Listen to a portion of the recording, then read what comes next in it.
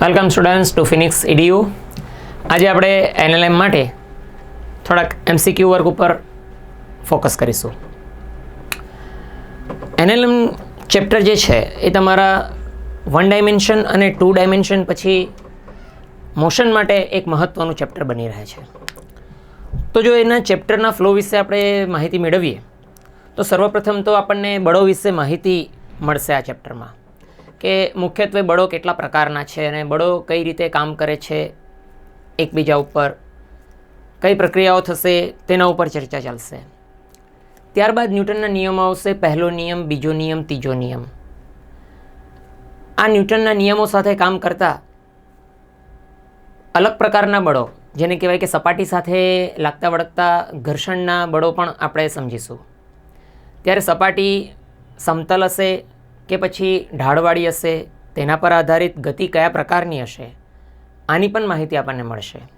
જો કોઈ પદાર્થ કોઈ તાર અથવા તો દોરી સાથે જોડાયેલ હોય અને જ્યારે એના ઉપર કોઈ બાહ્ય બળની અસર થાય તો તે વખતે પણ કયા પ્રકારની ગતિ અને કઈ રીતે ઘર્ષણ બળ અથવા તો ઘર્ષણ બળ નથી તો ગતિ કઈ રીતે વર્ક કરશે, આના ઉપર વિસ્તૃત ચર્ચા આ ચેપ્ટરની અંદર આપણને મળશે. તો ચાલો સમજવાનું શરૂ કરીએ. તો તે પ્રમાણે આપણી પાસે પહેલાં બળ અને જડત્વનો ખ્યાલ પહેલાં તો ખબર હોવી જોઈએ. તો બળો તો મુખ્યત્વે 4 પ્રકારના બળો છે, જેમાં ગુરુ અંતરીય બળ, ગુરુત્વાકર્ષી બળ, જે 2 પદાર્થના દ્રવ્ય પર આધારિત છે. એટલે કે 2 પદાર્થોના દ્રવ્યમાનના ગુણાકારના સમપ્રમાણમાં અને તેમને વચ્ચેના અંતરના વર્ગના વ્યસ્ત પ્રમાણમાં, જે ગુરુ અંતરીય છે અને એની અસર એ લઘુ છે કમ્પેરિઝન બીજા 3 બળોની સામે. તો બીજા 3 બળો પૈકી એના પછીનું બળ આવશે વિદ્યુત ચુંબકીય બળ, કે જેમાં વિદ્યુતશાસ્ત્ર અને ચુંબકશાસ્ત્ર ઉપર આધારિત છે. જ્યારે કોઈ 2 વિદ્યુત ભારિત પદાર્થો એકબીજાથી અમુક અંતરે રહેલા હોય ત્યારે તેઓ એકબીજા પર આકર્ષણ કે અપાકર્ષણની જે બળની અનુભૂતિ કરે છે એ માહિતી આ બળની સાથે આપણે મેળવીશું. ત્યારબાદ આવશે સ્ટ્રોંગ ન્યુક્લિયર ફોર્સ અને વીક ન્યુક્લિયર ફોર્સ. તો જે પૈકી સ્ટ્રોંગ ન્યુક્લિયર ફોર્સ એ ન્યુક્લિયોન વચ્ચે લાગતું પ્રબળ બળ છે, જે સૌથી 4 બળોની અંદર સૌથી પ્રબળ બળ એ બળ છે. તો આ ચેપ્ટરની અંદર આપણે મુખ્યત્વે ગુરુત્વાકર્ષીય બળો અને સંપર્ક બળો ઉપર માહિતી મેળવીશું, જેમાં આપણને સૌથી પહેલાં જરૂરત પડશે જડત્વની. તો જડત્વ એટલે શું? તો કે દ્રવ્ય સાથે સંકળાયેલ જે રાશિ છે એ જડત્વ છે.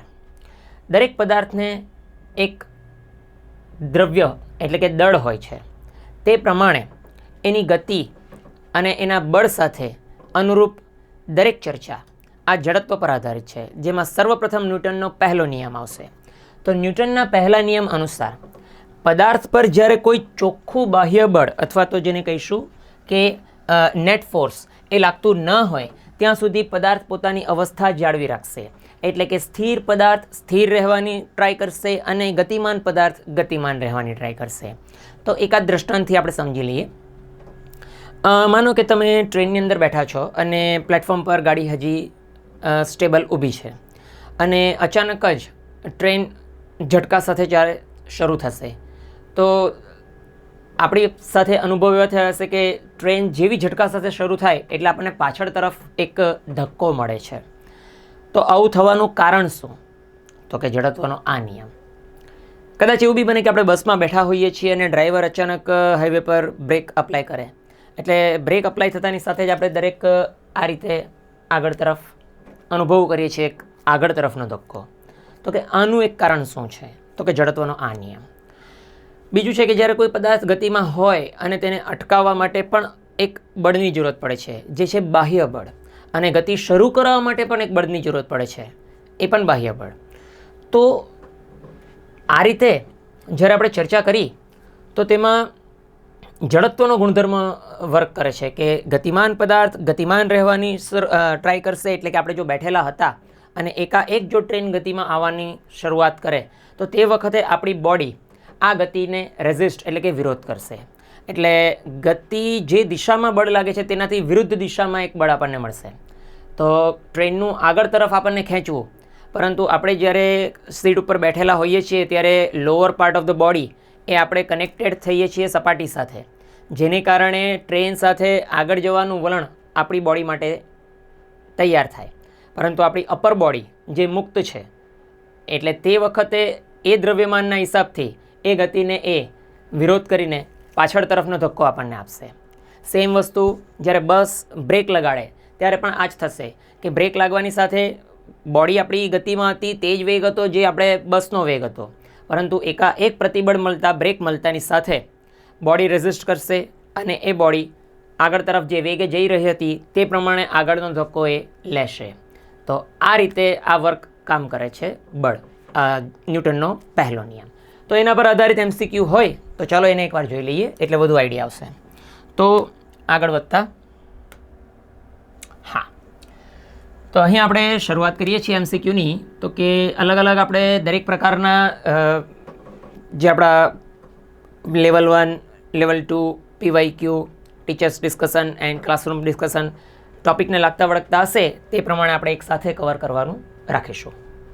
તો અહીં આપણી પાસે પહેલો MCQ આવે છે કે ટ્રેન જ્યારે અચાનક ઊભી રહે છે ત્યારે ચાલતી ટ્રેનમાં મુસાફરને આગળની દિશામાં તત્કાલ આંચકો લાગે છે, કારણ કે હમણાં જ આપણે વાત કરી તે અનુસાર કે મુસાફરને ઉપરનો ભાગ જે છે તે અવસ્થા પ્રમાણે નીચેનો ભાગ સીટના સંપર્કમાં રહે, જેથી એ સીટના સંપર્કમાં ઘર્ષણના સંપર્કમાં હોવાથી આ પ્રમાણે ઉપર બોડી મૂવમેન્ટ આપશે. એટલે આપણો આન્સર આવશે નંબર 3. ઉપરનો ભાગ બોડીનો અને નીચેનો ભાગ બોડીનો કનેક્શન અલગ રીતે છે અને જડત્વના પહેલા નિયમને એ ફોલો કરશે. ત્યારબાદ ચાલતી બસમાં નીચે ઉતરતો માણસ આગળ તરફ પડી જાય છે. અચ્છા, હવે આ કઈ રીતની સિસ્ટમ છે કે માનો કે કોઈને ઉતાવળ છે, એનું સ્ટેશન આવી ગયું છે પણ છતાં પણ એને ઉતાવળ છે, તો તે પ્રમાણે એ કદાચ ચાલુ બસે જ ઉતરવાનો પ્રયત્ન કરે. તો ઘટના કેવી બનશે કે એ ઉતરશે ત્યારે એ બસમાં જ્યારે લાસ્ટ સ્ટેપ પર પણ જ્યારે ઊભો હશે ત્યારે બસનો વેગ એ એની સાથે એની બોડી પર એ જ વેગ અસર કરતો હશે. એટલે ટેકનિકલી જોવા જઈએ તો એની બોડી ભલે એ સ્થિર એ છેલ્લા સ્ટેપ પર ઊભો હોય ઉતરવા માટે, પણ ત્યારે પણ એનો વેગ એ બસનો વેગ તે વખતે હોય એની બોડીનો. પણ જેવું એ વિચારે કે હવે ઉતરવું છે અને એનો પગ એ જ્યારે રસ્તા પર મૂકવાનું, જેવું એ રસ્તા ઉપર પગ મૂકશે કે રસ્તા પર પગ મૂકતાની સાથે એના બૂટ કે ચપ્પલ તેના સંપર્કમાં આવશે રોડ, અને એ રોડ ગતિમાં નથી. અને રોડ જેવી સપાટી સંપર્કમાં આવશે એટલે ઘર્ષણ બળ લાગશે. હવે ઘર્ષણ બળ જે છે એ ગતિનો વિરોધ કરે છે. જેવું આપણે જૂના આપણા ધોરણોની અંદર પ્રાથમિક ખ્યાલ આપણને હશે ઘર્ષણ વિશે. તો ઘર્ષણ એક એવું બળ છે કે જે ગતિનો વિરોધ કરે છે.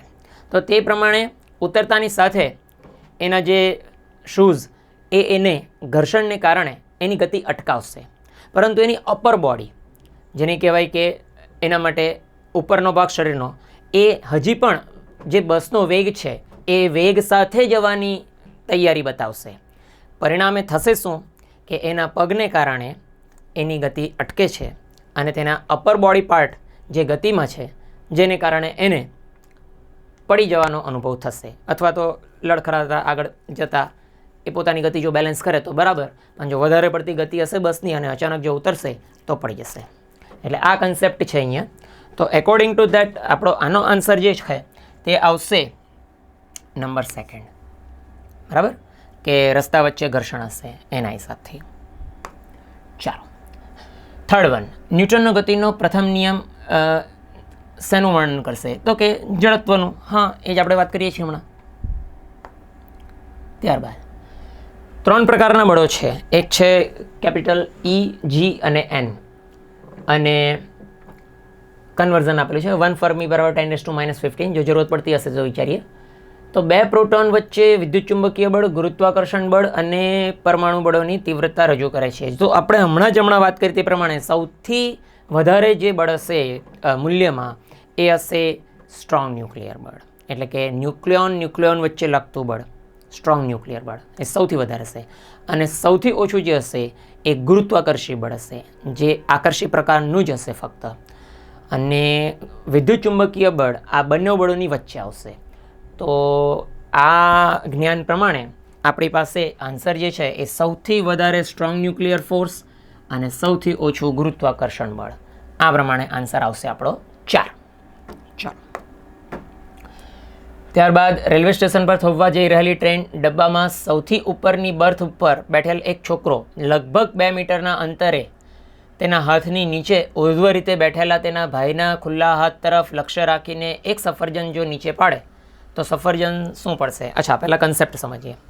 આમાં કેવું થાય છે કે સમજો કે એ ઉપર ના બર્થ ઉપર બેઠેલ જે છોકરો ખરો એ સફરજનને જ્યારે છોડે મુક્ત કરે છે તો સિચ્યુએશન 3 વિચારો. પહેલી સિચ્યુએશનમાં કે ટ્રેન બંધ જ છે, એટલે કે તેને વેગ જ નથી. તો સ્વાભાવિક છે કે જેમ કે એના ઘરની અંદર જ ગેલેરીમાંથી ફેંકતો હોતે એ પ્રમાણેની સિસ્ટમ થઈ ગઈ એની. એટલે ઉપરથી એ સફરજન ફેંકતે તો નીચેના ભાઈના હાથમાં ડાયરેક્ટ જ કેચ કરતે, તો એ તો નોર્મલ થઈ ગયું. પણ હવે કદાચ ટ્રેન ગતિમાં છે અને ટ્રેનની ગતિ 2 પ્રકારની ગતિ હોઈ શકે. એક હોઈ શકે અચળ વેગી ગતિ, એક હોઈ શકે અચળ પ્રવેગી ગતિ. હવે અચળ વેગી ગતિની જો હું પહેલાં વાત કરું તો અચળ વેગી ગતિમાં ટ્રેન એક ચોક્કસ વેગ સાથે જ્યારે જતી હોય ત્યારે ટ્રેનની અંદર બેઠેલ દરેક વ્યક્તિ એક સમાન વેગ સાથે આગળ વધતા હોય. એટલે કે દરેક સામાન છે કે દરેક વ્યક્તિ છે કે કોઈ પણ જે ટ્રેનની અંદર છે અને ટ્રેન સાથે કનેક્ટેડ છે એ બધું એક સમાન વેગ સાથે આગળ જતું હોય. એટલે સફરજન પણ અને એ બંને છોકરાઓ પણ. તો જ્યારે ઉપરવાળો છોકરો સફરજનને મૂવ કરતે, રિલીવ કરતે, તો એ સફરજન સીધું એના ભાઈના હાથમાં જ પડતે જો અચળ વેગી ગતિ હોતે તો. પરંતુ અહીં સિસ્ટમ કેવી છે? અહીં સિસ્ટમ આપી છે કે ટ્રેન જે છે એ થોભવા જઈ રહી છે. આને જરાક નોટિસ કરજો. થોભવા જઈ રહી છે એટલે કે બ્રેકિંગ થાય છે. બ્રેકિંગ એટલે કે પ્રતિબળ. તો પ્રતિપ્રવેગ એટલે કે પાછળ તરફ એને પ્રવેગ મળે છે. તો સફરજન જ્યારે ઉપરના છોકરાના હાથમાંથી છૂટું થાય ત્યારે કોઈક ચોક્કસ વેગ સાથે એ છૂટું થાય અને છૂટા પડતાની સાથે સમક્ષથી જ દિશાનો એ વેગ અચળ થશે અને નીચે પડશે એ ગુરુત્વાકર્ષણને કારણે શિરોલંબ રીતે પડશે નીચે. તો સફરજન એકવાર જો રિલીઝ થઈ ગયું હાથમાંથી તો ત્યારે તેનો આગળ તરફનો વેગ જે છે તે તો અચળ છે, પણ ટ્રેન બ્રેક લગાડે છે.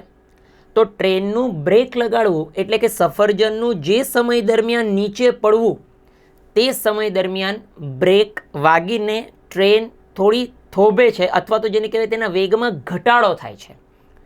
એટલે કે નીચેના બર્થ પર બેઠેલો જે છોકરો ખરો એ એટલો આગળ નથી આવતો જેટલું સફરજન એના વેગ સાથે નીચે પડી રહ્યું છે સમક્ષિતિજ રીતે. એટલે છોકરાને અનુભવ થશે ટ્રેનના બ્રેકનો પણ. એટલે છોકરો જાણે કે પાછળ ખસી ગયો હોય એવા આભાસ સાથે ઉપરના છોકરા માટે સફરજન આગળ તરફ પડશે. યસ. તો અહીંયા જો આપણી પાસે ઓપ્શન આપણે વિચારીએ તો આપણી પાસે એ ઓપ્શન બેસ્ટ સ્યુટેબલ, હા, સેકન્ડ નંબર. તેના દિશામાં તેના ભાઈના હાથથી થોડો દૂર અને ગતિની દિશામાં કારણ કે બ્રેક વાગે છે એટલે નીચે બેઠેલ છોકરો જાણે કે પાછળ તરફની ગતિ કરે છે તેવો આભાસ. બ્રેક. ચાલો નેક્સ્ટ વન. ત્યારબાદ આપણી પાસે આવશે વેગમાન નામની રાશિ. અચ્છા, તો વેગમાન નામની રાશિ પણ તમે ભૂતકાળના સ્ટાન્ડર્ડ્સની અંદર થોડોક એનો અભ્યાસ કરીને આવો છો તે પ્રમાણે કે દ્રવ્યમાન દળ એમ અને વેગ આ બંનેના ગુણનફળને આપણે વેગમાન કહીએ છીએ. બરાબર. તો વેગમાન એક સદિશ રાશિ છે જેની દિશા વેગની દિશામાં હશે અને એનો સિમ્બોલ છે સંજ્ઞા પી. તો પી બરાબર એમવી. બંને સદિશ છે એટલે સદિશની નિશાની સાથે. જો એકમની વાત કરીએ તો દ્રવ્યમાનનો એકમ છે કિલોગ્રામ, એસઆઈ એકમ, અને વેગ માટે એકમ થાય મીટર પ્રતિ સેકન્ડ. તો એમ કરતાં કિલોગ્રામ ઇન્ટુ મીટર પ્રતિ સેકન્ડ હશે અને તે જ પ્રમાણેનું પારિમાણિક સૂત્ર M1 L1 T-1 હશે. CGS એકમ એનો ગ્રામ સેન્ટીમીટર પ્રતિ સેકન્ડ જ થશે. તો આ પ્રમાણે વેગમાન વિશે પ્રાથમિક ખ્યાલ મેળવીને આપણે એના વિશે આગળ વધીએ. તો બળ, થોડુંક બળ ઉપર જ્ઞાન આપી દઈએ. F. તો બળ વિશે જો આપણે સમજીએ તો જ્યારે પહેલો નિયમ એવું કહેતો હતો કે જ્યાં સુધી બાહ્ય બળ ન લાગે ત્યાં સુધી પદાર્થ પોતાની ગતિ હશે તો ગતિમાં રહેશે, સ્થિર હશે તો સ્થિર રહેવાની ટ્રાય કરશે. બરાબર. પણ જ્યારે બાહ્ય બળ હોય ત્યારે તો તે વખતે આ બળ એ વેગમાનમાં થતા ફેરફારના સમય દર બરાબર હશે. એટલે કે delta P by delta T, વેગમાનમાં થતા ફેરફારના સમય દરને. તો આ પ્રમાણે આ તમને બળ નામની રાશિ ન્યૂટનના બીજા નિયમ તરીકે મળે છે. જો સમયનો અંતરાલ તમે સૂક્ષ્મ ગણાવશો, એટલે કે limit delta T tense two 0 તમે લગાવશો, તો ત્યારે તમારું આ બળ એ વિકલિત સ્વરૂપમાં રૂપાંતરણ થશે અને આખરે તમને મળશે ડીપી બાય ડીટી, એટલે તેનું વિકલિત સ્વરૂપ. જો એકમની વાત કરીએ તો એમ જોવા જઈએ તો ન્યૂટનના હિસાબથી એને કેપિટલ એન ન્યૂટન એનો એકમ છે, પરંતુ એના એસઆઈ એકમની સ્પષ્ટતા કરીએ તો કિલોગ્રામ ઇન્ટુ મીટર અને નીચે એક સેકન્ડ એક્સ્ટ્રા આવી હોવાથી સેકન્ડનો વર્ગ આવશે. બરાબર. તો જો તમે ડેલ્ટા પીને કરતા બનાવો તો એફ સાથે તમે ડેલ્ટા ટી ગુણન સ્વરૂપમાં આવશે, ગુણાકારમાં. એના ફળ સ્વરૂપે જો સદિશ વિચારીએ તો આ થશે લંબાઈ ગુણ્યા પહોળાઈના હિસાબથી ક્ષેત્રફળ, એટલે કે ઘેરાતું ક્ષેત્રફળ એફ વિરુદ્ધ ટીના આલેખમાં, જે રીતે આપણે ગતિશાસ્ત્રની અંદર સ્થાનાંતર વિરુદ્ધ સમયનો આલેખ, વેગ વિરુદ્ધ સમયનો આલેખ, એના ક્ષેત્રફળ આપણને કોઈ રાશિ આપતા હતા, એ જ પ્રમાણે આ પ્રકરણની અંદર એફ એટલે કે બળ વિરુદ્ધ સમયનો આલેખ એ આપણને વેગમાન નામની રાશિ આપશે. તો ચાલો આ પ્રશ્નમાં આલેખ જે બનાવ્યો છે અને તે પ્રમાણે જો આપણને વેગમાન શોધવા કહેશે તો અહીં આપણો આલેખ એ બે સેક્શનમાં છે. એક છે ત્રિકોણ ઘેરાય છે અને બીજું છે આ ચોરસ કે લંબચોરસ ઘેરાય છે. તો ડેલ્ટા પી એ ઘેરાતું ક્ષેત્રફળ છે અને ક્ષેત્રફળ 2 છે એટલે A1 વત્તા A2 છે. તો A1 ત્રિકોણ છે તો 1/2 પાયો ગુણ્યા વેધ, અને ચતુષ્કોણ માટે લંબાઈ અને પહોળાઈ તો 1/2 પાયા તરીકે ત્રિકોણના પાયામાં 2 - 0 એટલે કે 2, અને વેધ તરીકે 10 તો 10, પ્લસ આ ચતુષ્કોણ માટે લિમિટ્સની વાત કરું તો 6 - 2 એટલે કે આવશે 4, અને હાઇટ અગેઇન 10. ચાલો, તો અહીંયા 2 કેન્સલ થાય એટલે 10 છે. અહીંયા 4 અને 10નો ગુણાકાર 40 છે, એટલે આમ કરતાં આપણને 50ની પ્રાપ્તિ થાય છે. તો એ 50 જે છે તે વેગમાન હોવાથી ન્યૂટન ઇન્ટુ સેકન્ડ, એટલે અથવા તો પછી કિલોગ્રામ ઇન્ટુ મીટર પ્રતિ સેકન્ડ. આમ કરતાં આપણી પાસે આન્સર અવેલેબલ બનવાનો 4. ઘેરાતું ક્ષેત્રફળ એફ વિરુદ્ધ ટી માટે વેગમાન આપશે. ઓકે, અલગ અલગ આકાર આવી શકશે અલગ અલગ આલેખોના હિસાબે. જોઈએ ત્યારે આ ન્યૂટનનો બીજો નિયમ જે જરાક આપણે ચર્ચામાં લઈને આવ્યા હમણાં, અને તે પ્રમાણે પદાર્થના વેગમાનમાં થતા ફેરફારના સમય દર એ તેના પર લાગતા પરિણામી બાહ્ય બળ જેટલો હોય છે, અને તે ફેરફાર પરિણામી બળની દિશામાં જ હોય છે, એટલે સદિશ રાશિ છે. જે પીની દિશા તે જ એફની દિશા અને તે જ વેગની દિશા. આ પ્રમાણે તમને વિકલિત સ્વરૂપ તૈયાર કર્યું ત્યારે MV. અચ્છા, હવે અહીંયા જો કે પી રાશિ જે છે વેગમાન તે M અને Vથી બનતી હતી. તો વિકલનમાં તમે M અને V બનાવી શકો, જેમાં M દ્રવ્યમાન છે અને તેના વેગ સાથે બદલાવાનું કોઈ સંબંધ નથી, જેથી અચળ રાશિ છે. એટલે અચળ પદ બહાર નીકળી જતા વિકલનમાંથી આપણને મળે છે dV/dt, એટલે કે વેગનું સમયના સાપેક્ષે એકવાર વિકલન કરવાથી આપણને પ્રવેગ મળે છે. તો પ્રવેગ થશે A. આમ કરીને તમને ન્યૂટનના બીજા નિયમનું સમીકરણ મળી રહ્યું છે F = ma માં, યંત્રશાસ્ત્રની માં. F = ma. બરાબર. અને તેનો ઉપયોગ કરીશું હવે આગામી MCQ માટે. તો F = ma માં જો એક વ્યાખ્યા બનાવવામાં આવે તો તે પ્રમાણે અહીં એનો એકમ છે ન્યૂટન, અને 1 કિલોગ્રામ જો પદાર્થ હોય, એક પ્રવેગ હોય, તો ત્યારે 1 ન્યૂટનનું બળ એવું કહી શકાય. અને CGSમાં એને ડાઇન કહીશું.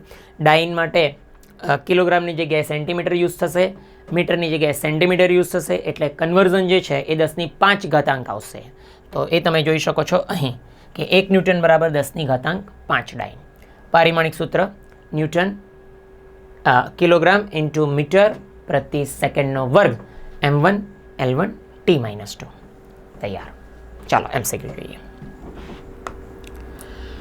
તો MCQમાં સર્વપ્રથમ આપણને મળે છે કે 10 ગ્રામ વજન ધરાવતો એક દડો 5 મીટર પ્રતિ સેકન્ડની ઝડપે સખત પૃષ્ઠને ઉર્ધ્વ રીતે અથડાય છે અને તે જ ઝડપે વળી પાછો વળે છે. દડો પૃષ્ઠ સાથે 0.01 સેકન્ડ સુધી સંપર્કમાં રહે છે. દડા પર પૃષ્ઠ દ્વારા લગાવવામાં આવેલ સરેરાશ બળ મેળવો. ચાલો, સરસ છે. તો પહેલાં તો નક્કી કરીએ કે આપણે એક પૃષ્ઠ નક્કી કરીએ અને તેમાં ઉપર તરફથી એક દડો નીચે આવી રહ્યો છે, જેના માટે વેગ જે છે એ 5 મીટર પ્રતિ સેકન્ડ છે. તો આપણે એવું કહીએ કે વી ઇનિશિયલ એટલે પ્રારંભિક, તો કે સદિશ સ્વરૂપ જો રાખીએ તો 5 છે, જે કેપ છે, મીટર પર સેકન્ડ છે, પણ નીચે તરફની દિશા હોવાથી આપણે એને નેગેટિવ કહીએ, -5. ત્યારબાદ તેનું નીચે અથડાવવું અને અથડાઈને ફરી એનું રિબાઉન્સ થઈને ઉપર જવું. જો આ વેગને આપણે વી ફાઇનલ જો કહીએ સદિશ સ્વરૂપ, તો તે વખતે આપણને સિસ્ટમ એવી કીધી છે કે તે જ ઝડપે પાછું ઉપર જાય. જો તે જ ઝડપે ઉપર જાય એટલે 5 જે કેપ ખરું, પણ આ વખતે પોઝિટિવ, મીટર પર સેકન્ડ. તો ત્યારે એફ એટલે કે બળ જો મેળવવાનું હોય તો ન્યૂટનનો બીજો નિયમ, સેકન્ડ લો, તે પ્રમાણે F = ma. જો આ પ્રકૃતિ વિચારીએ તો, પરંતુ અહીં ટેમ્પરરી અથડામણ છે, એટલે કે તાક્ષણિક છે આ અથડામણ, જેના માટેનો સમય પણ ખૂબ સૂક્ષ્મ 0.01 આપ્યો છે. એટલે આપણે ન્યૂટનના નિયમને બીજી રીતે વેગમાન સ્વરૂપમાં ઉપયોગમાં લાવીશું, ΔP/ΔT. ત્યારે સદિશ સ્વરૂપ, તો ΔP ને આપણે લખી શકીએ m∆v, ΔT સમય. તો m દ્રવ્યમાન, ΔV માટે v final minus v initial એટલે અંતિમ માઇનસ પ્રારંભિક, નીચે ΔT. તો દ્રવ્યમાન આપણને આપેલ છે 10 ગ્રામ એટલે 10, એટલે કન્વર્ઝન જો 10⁻³ કિલોગ્રામમાં જો કરી લઈએ, ત્યારે વેગ માટે ફાઇનલ માટે ડેટા -5 છે. તો ભાઈ -5 જે કેપ અને -5 જે કેપ, કારણ કે આ માઇનસ એ ચિહ્નનું માઇનસ છે, સૂત્રનું માઇનસ છે, પણ ઉપર જતી વખતે +5 જે કેપ છે. સમયની વાત કરીએ તો 0.01. ઓકે, ચાલો. તો જો -3 માંથી એક 0 કેન્સલ એટલે -2 થાય, અને બાકીના બે આ 0 ઉપર ગયા એટલે એ 0 વાળી સિસ્ટમ આખી કેન્સલ આઉટ થઈ ગઈ. એટલે અહીંયા બચે છે આપણી પાસે F સદિશ સ્વરૂપે -10 અને જે કેપ, તો કે ન્યૂટન. -10 એટલે ઉપર જતી દિશામાં એને બળ લાગવાનું છે, જ્યારે આ બળ F એ નીચે આ સમતલને મળતું બળ છે. તે પ્રમાણે જો મૂલ્યની ચર્ચા કરી હોય તો આપણી પાસે જવાબ આપણો આવે છે 2. તો જે સપાટી ખરી એને મળતું વેગમાન જે છે એ ગતિની દિશામાં, જ્યારે દડાને મળતું વેગમાન ગતિની વિરુદ્ધ દિશામાં. એટલે તે પ્રમાણે આપણો આન્સર આવે છે સદિશ સ્વરૂપે, પરંતુ મૂલ્ય માંગેલ છે તે 10 ન્યૂટન. ચાલો, એટલે આવા દિવાલવાળા પણ ઘણા દાખલાઓ આવશે કે દિવાલ ઉપર દડો અથડાય છે. તે પ્રમાણે જોઈએ આગળ, એટલે તમને પ્લસ એન્ડ માઇનસની ઓર વિસ્તૃત માહિતી એમાં મળશે. જો ચાલો, ધ નેક્સ્ટ વન, તો કે આવી ગયો, જો વાત કરતા હતા ને આવી ગયો કે 1 કિલોગ્રામ કણ 30° ખૂણા ઉપર 1 મીટર પ્રતિ સેકન્ડના વેગ સાથે દિવાલ પર સામાન્યથી અથડાય છે. ઓકે, અને તે જ ખૂણા પર પાછો આવે છે. જો તે 0.1 સેકન્ડ સુધી દિવાલના સંપર્કમાં રહે તો બળ કેટલું હશે? તો વિદ્યાર્થીઓ, અહીં ખૂણો કયો આપ્યો છે એ ખૂબ મહત્વની વાત છે, તો જરાક શાંતિથી જોજો. હવે પહેલાં આકૃતિ પ્રમાણે મેં એક દિવાલની રચના કરો, બરાબર. હવે વાક્ય રચના છે કે આ જે દ્રવ્ય એકવાળો જે કણ ખરો એ 30° ખૂણા પર 1 મીટર પ્રતિ સેકન્ડના વેગ સાથે દિવાલ પર સામાન્યથી અથડાય છે, એટલે કે નોર્મલ. નોર્મલ મીન્સ કે એનાથી લંબ, જેને કહેવાય સમતલથી લંબ, એની સાથે 30 બનાવે. એટલે કે દડો જો અહીંથી આપણે વિચારીએ તેની ગતિ એટલે કે આ દિશામાં આવતો વેગ v1 અને આ તરફ એ પાછો અથડાઈને નીકળે છે, ત્યારે આ નીચે તરફ એનો વેગ 2. બંને ખૂણા 30ના હાલ આપણે લઈએ છીએ એવું આપણને કહ્યું છે, કારણ કે 30 પર આવવું અને તે જ ખૂણા પર પાછું જવું, એટલે આ પ્રકારનું આપણને એક આયોજન મળે છે દિવાલ સાથે અથડામણનું. તો તે વખતે તમારે બળ મેળવવાનું થાય અને સંપર્ક સમય આપ્યો છે એટલે ડેલ્ટા ટી આપણને આપેલ છે, તો એ પ્રોબ્લેમ નથી. એફનું સમીકરણ છે delta P by delta T. તો તફાવત તમારે વેગમાનનો પહેલાં તો લાવવો પડશે. ચાલો, તો તફાવત લાવવા માટે આપણી પાસે જે સમીકરણ ખરું ડેલ્ટા પી સદિશ સ્વરૂપ M V final minus V initial. Okay, એનો મતલબ કે તમારે વી સદિશ સ્વરૂપે તમારે ઘટકો સ્વરૂપે જોઈશે. ચલો, તો આપણે ઘટકો પહેલાં તો નક્કી કરીએ. તો જે આપણને આપ્યું છે તે પ્રમાણેની સિસ્ટમમાં ઘટકો બનાવતા આ વેગનો એક ઘટક, આ વેગનો એક ઘટક, જેમાં 30 હોવાથી આ 30 એટલે પાસેની બાજુ પ્રમાણે v1 cos 30. તો આ થવાનું એના માટે સાઇન, એટલે કે v1 sin 30. ચાલો, અહીં પણ 2 ઘટકો, એક આ તરફ અને એક નીચે તરફ.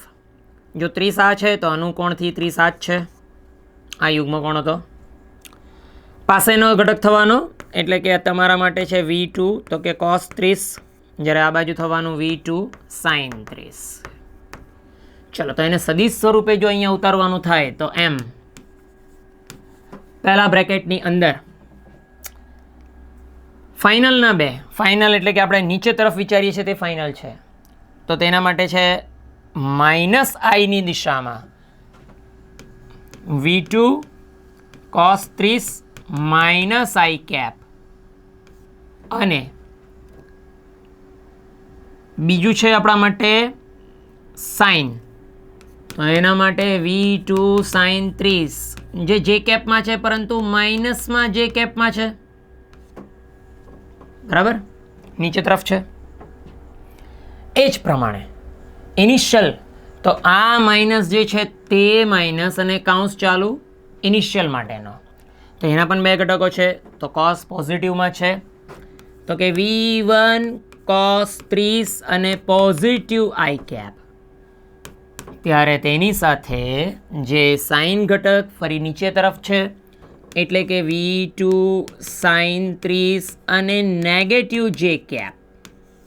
ચાલો, તો વિદ્યાર્થીઓ તમે જોઈ શકો છો કે જે સાઇન ઘટક જે છે, જે બંને ઇક્વલ સેમ મેગ્નિટ્યુડ દેખાતા છે, તો તેમાં આ માઇનસનું ચિહ્ન એ બંનેને કેન્સલ કરશે, તો બચશે આપણા માટે ખાલી ને ખાલી કોસ ઘટક. એટલે એમ. બીજી એક વાત, વેગ જે છે તે જ વેગથી પાછું જાય છે, એટલે અહીં ડેટા v1 બરાબર v2 અથવા તો ફાઇનલ ઇનિશિયલ બરાબર જે છે તે તમારા માટે કોમન v, અને એ આપેલ છે 1 મીટર પર સેકન્ડ. સરસ, ચાલો, એટલે અહીં ટૂંકમાં આપણે લખીશું ઓનલી 2 times v. કોસ હતું 30 અને એ આઈ કેપ જે છે એનું પણ -12, આનું પણ માઇનસ, તો આ આખું પદ માઇનસમાં. યસ, હવે આની કિંમત મૂકીએ તો કિંમતમાં માઇનસમાં 2, દ્રવ્યમાન છે 1 kg, વેગ છે 1, અને cos 30ની કિંમત વર્ગમૂળ 3ના નીચે 2 આઈ કેપ. તો 2 કેન્સલ થઈ જશે અને વર્ગમૂળમાં 3 ખાલી બચે છે આઈ કેપ, જે છે ન્યૂટન ઇન્ટુ સેકન્ડ, કારણ કે આપણે પ્રાપ્ત કર્યું ડેલ્ટા પી. પણ આપણને જુએ છે બળ, તો સેકન્ડ લો, એફ બરાબર delta P by delta T. આ પ્રમાણે ડેલ્ટા પી જે છે તે વર્ગમૂળ 3 તમે અચીવ કર્યું, અને સમયની રેન્જ તમને 0.1 આપી છે. તો 0.1નું 10 આપણે ઉપર જો ટ્રાન્સફર કરાવીએ તો આપણને મળે છે વર્ગમૂળ 3, અથવા તો પહેલાં 10 જો લખી લઈએ તો 10 વર્ગમૂળ 3 અને આઈ કેપ એફ હોવાથી ન્યૂટન. તો જવાબ આપણી પાસે જે ખરો એ થવાનો 10 વર્ગમૂળમાં 3, અને પ્લસ ઓર માઇનસની આપણે ફરી એકવાર ચર્ચા કરીએ. તો જો દડો આવવાની ગતિ અને દડાની જવાની ગતિ, આ પ્રમાણે તમને જે અહીં વેગમાન જે મળે છે, આ વેગમાન અને આ બળ એ દિવાલને મળતું બળ મળે છે. ત્યારે તમને એ પોઝિટિવ દિશામાં તમને મળે છે આઈ કેપ, એટલે કે આ દિશામાં. પરંતુ દિવાલ ખસવાની નથી, દિવાલ જડિત છે, એટલે દડાને એ વેગમાન આપશે, એટલે દડો ઋણ દિશામાં જશે. તો દડા માટે જ્યારે આ કામ થશે તો એ માઇનસમાં કહેવાશે આઈ કેપ, 2mv આ જે મળે છે તે પ્રમાણે. દિવાલ માટે પ્લસ દિશામાં. તો આ એક છે કે તમને જો સદિશ સ્વરૂપે જો MCQ પૂછવામાં આવે તો તમારે જરાક આ ધ્યાન રાખવું પડશે કે આઈ કેપમાં, પ્લસમાં કે માઇનસમાં અને શું પૂછ્યું છે તે પ્રમાણે. આ સિસ્ટમ પ્રમાણે આપણને આ દિવાલ માટે પ્લસમાં મળે છે અને દડો નેગેટિવમાં છે. ઓકે, ચાલો. ત્યારે નવા MCQમાં આપણને આપેલ છે F કોઈ સદિશ સ્વરૂપે અને પ્રવેગ આપ્યો છે. તો પદાર્થના દળની ગણતરી કરો, એટલે m શોધવાનું છે. ઓકે, m પોતે અદિશ રાશિ છે, રાઈટ? m પોતે અદિશ રાશિ છે. તો એનો મતલબ કે આપણે અદિશ રાશિ સાથે પહેલાં તો વર્કઆઉટ કરવું પડશે, પણ f સદિશ આપેલું છે એટલે સર્વપ્રથમ આપણે એને અદિશ મૂલ્યમાં મેળવવું પડશે, મૂલ્ય સ્વરૂપ મેળવવું પડશે. તો fનું મોડ્યુલસ સ્વરૂપ ચાલુ કરીએ તો એકોર્ડિંગ ટુ પ્રીવિયસ ચેપ્ટર્સ કે વર્ગમૂળની અંદર x ઘટકનો વર્ગ, y ઘટકનો વર્ગ અને z ઘટકનો વર્ગ, રાઈટ? તો તેમાં 8નો વર્ગ અને આ બાજુ આ 10નો વર્ગ. તો 36 છે 6 માટે, 8 માટે 6 4 અને 10 માટે છે 100. આમ કરતાં સરવાળો કરાવતા 200 ક્રિએટ થઈ ગયું, જેને કદાચ જો તમે વર્ગમૂળ સિસ્ટમમાં સેટઅપ કરો તો 10 વર્ગમૂળ 2 ન્યૂટન આ તમારા માટે મૂલ્ય મળે છે. અને ન્યૂટનની ગતિનો બીજો નિયમ F = ma માં, અને દ્રવ્યને કરતા બનાવો તો Fના નીચે એ. F તમને આ 10 વર્ગમૂળમાં 2 જે મળ્યું તે બરાબર યોગ્ય. અને યુઝ જે કરવાનું છે તે પ્રવેગ એ વર્ગમૂળમાં, એટલે આ પણ વર્ગમૂળ 2. તો આમ કરતાં 10 kg આપણને પ્રાપ્ત થાય છે દ્રવ્યમાન. તો 10 kg, યસ 10 kg. ક્લિયર? સરળ છે. ચાલો, 72 ડાઇન એટલે CGS એકમ આપેલો છે, કાળજી. અને 60 અંશના ખૂણા પર સમક્ષિતિજ રીતે લગાડેલ છે બળા. 9 ગ્રામ દળ માટે પ્રવેગ શોધો અને જે સમક્ષિતિજ દિશામાં આ બળની અસર હેઠળ આગળ વધે છે. તો પ્રવેગ શોધવાનો છે.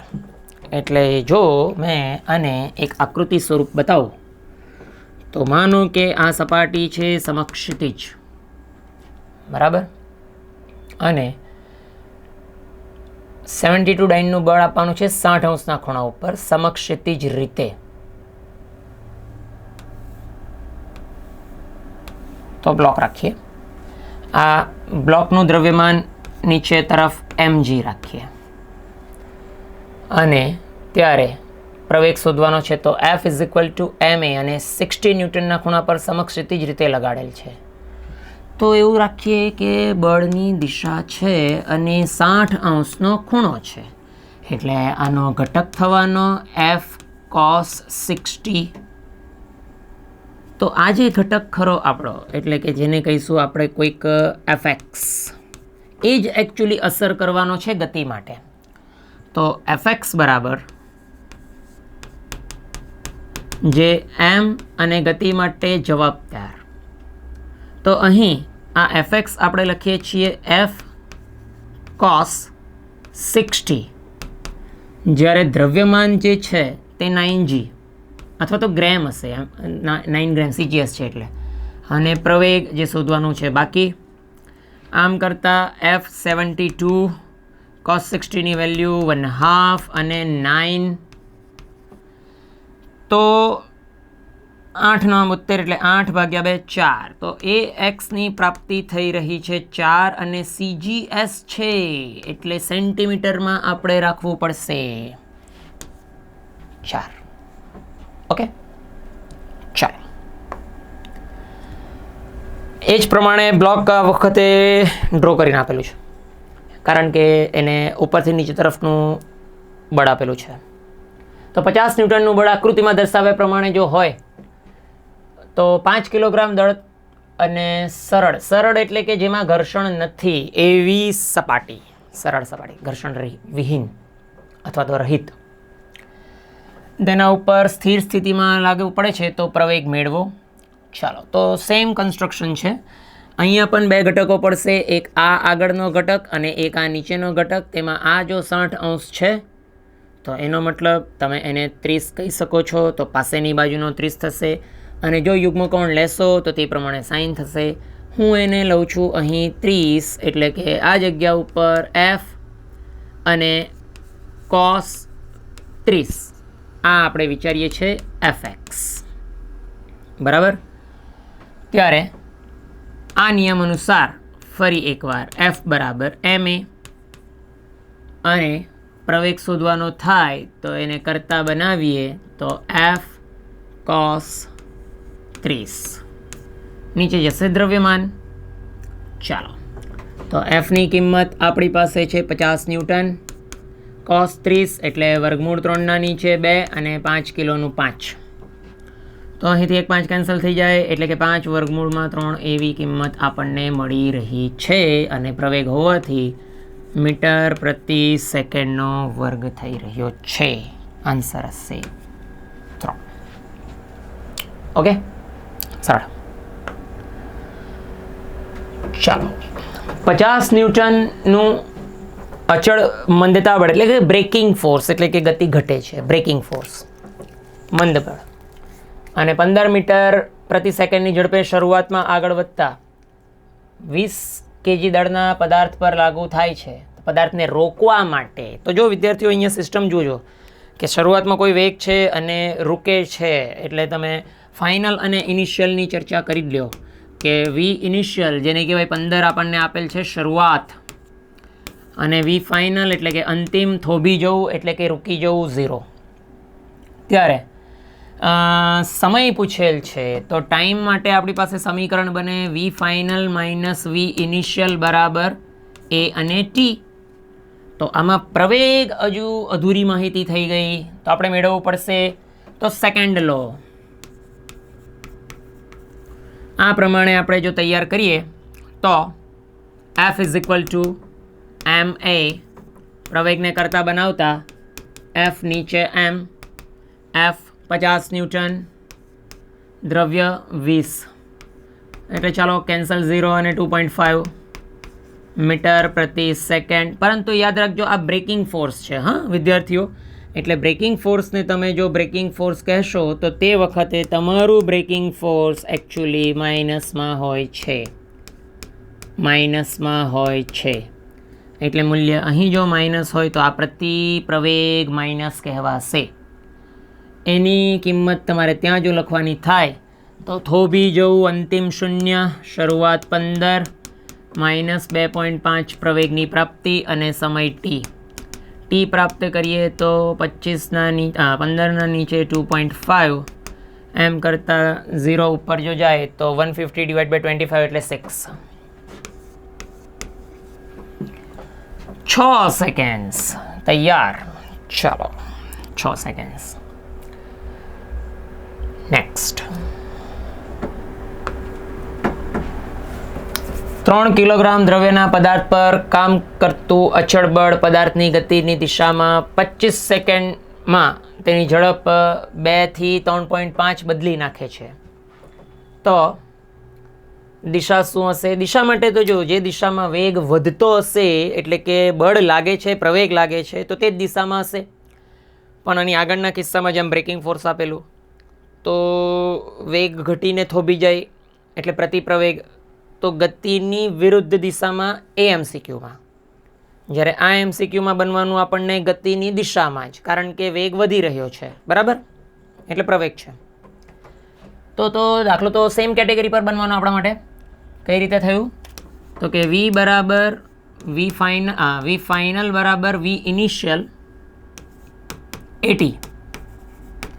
ચાલો, તો અહીં પ્રવેગની પ્રાપ્તિ નથી, એટલે ફરી એકવાર F is equal to ma use કરીશું. તો પ્રવેગને કરતા બનાવતા F જે છે તેના નીચે m અને F શોધવાનું બાકી છે. એનો મતલબ કે અંતિમ પ્રારંભિક આપે છે. ઓકે, અંતિમ પ્રારંભિક છે 3.5 અને 2. ત્યારે પ્રવેગની પ્રાપ્તિ નથી, પણ સમય છે 25 સેકન્ડ. બરાબર છે. તો અહીંયા ટ્રાન્સફર થાય તો 1.5 થાય, 25 ખરું એ 1.5 ભાગ્યા 25. તો આમાં પણ એ જ પ્રમાણે પણ પોઈન્ટ કટ થયું છે, એટલે અહીં પ્રવેગ જે છે એ તમારા માટે 10 નીચે આવશે અને ઉપર મલ્ટિપલ જો કરીએ તો 0.6. અહીંયા જવાબ આવશે પ્રવેગ માટે તમારે એફને કરતાં બનાવવાનું થયું હવે તો MA એટલે કે 0.6 અને 3નું દ્રવ્ય, તો તે વખતે 3 એટલે 0.18 ન્યૂટનમાં, અને દિશા જે છે તે ગતિની દિશા જ, એટલે આન્સર જે છે પોસિબલ ગતિની દિશામાં 0.18. બરાબર. ચાલો નેક્સ્ટ. ઓકે, તો 5 કિલોગ્રામનું દ્રવ્યમાન છે અને 8 ન્યૂટન, 6 ન્યૂટન એમ કરીને 2 બળો લંબ દિશામાં આપેલ છે. તો પ્રવેગની તીવ્રતા અને દિશાને મેળવો. તો આવા કિસ્સામાં લંબ હોવાથી ધારો કે F1 બરાબર 8 ન્યૂટન અને લંબ F2 બરાબર 6 ન્યૂટન. આ બંને સદિશો જે છે તે સબાચરના નિયમ અનુસાર પરિણામી જે છે એ 2 પૂંછડીઓને જોડતો સદિશ આ F બનાવશે, અને એ Fનું મૂલ્ય આપણા પ્રીવિયસ ચેપ્ટર્સ અનુસાર વર્ગમૂળમાં F1નો વર્ગ વત્તા F2નો વર્ગ, અને સબાચરનું જે કોસ આવે એ cos 90 એટલે તે પદ 0 થઈ જશે. બરાબર. એટલે પ્રથમ A² વત્તા B² વાળું પદ જ બચશે, જે આ છે. એની અંદર જો તમે કિંમતો લગાવો તો એક છે તમારે 8નો વર્ગ અને બીજું છે 6નો વર્ગ. આમ કરતાં આન્સર આ તૈયાર થાય છે 100 એટલે કે 10. તો F તમારા માટે 10નું મૂલ્ય બતાવે છે, અને જો તમે આને આલ્ફા કહેશો તો આ તેની સામેની ભુજા થવાની 6 અને તેના માટે કર્ણ તરીકે 10 અને પાસેની ભુજા તરીકે આ થઈ જવાની તમારે 8 આ છે. તો જો તમે સાઇન નક્કી કરશો સાઇન આલ્ફા, તો સામેની ભુજા અને આ નીચે કર્ણ 10 એમ કરતાં 0.6 પ્રાપ્ત થાય છે. 0.6 એટલે વિદ્યાર્થીઓ આપણને ખબર તે પ્રમાણે 2 ખૂણા એવા છે જે છે 53 અને 37, જેના માટે આપણે વારંવાર ટેબલનો ઉપયોગ કરવાનો થાય છે, એટલે એના માટેની કિંમતો આપણે યાદ રાખી હોય છે. જેમ કે જો સાઇન 0.8 હોય, જો સાઇનનો આન્સર 0.8 હોય તો તે વખતે તમે એ ખૂણાને 53 રીડ કરશો, અને જો 0.6 હોય તો 37 રીડ કરશો. ઓકે, એટલે અહીં એ જે 37 જે છે તે થવાનો આન્સર 10નું મૂલ્ય, પણ પ્રવેગ પૂછેલ છે ને, પ્રવેગની તીવ્રતા, તો F = ma યુઝ કરી લઈએ. તો F = ma અનુસાર એને કરતાં બનાવતા Fના નીચે m, F 10 પ્રાપ્ત થયું અને 5 કિલોગ્રામનું દ્રવ્ય એટલે કે 2 મીટર પ્રતિ સેકન્ડનો વર્ગ, એટલે પ્રવેગ તમને 2 મળે છે, તો ચલો મૂલ્ય થઈ ગયું, આ 2 છે. અને દિશા જે છે તે 37 જે છે, પણ 37 કોની સાથે, તો કે એ છે 8 ન્યૂટન સાથે, એટલે તે વખતે તમારો આન્સર જે છે એ 2 37 અને 8 ન્યૂટન સાથે એ બને આ. ઓકે, ચાલો. તો આના પછીના ટોપિક પર આધારિત MCQ આપણે આનાથી નેક્સ્ટ લેક્ચરમાં ડિસ્કસ કરીએ.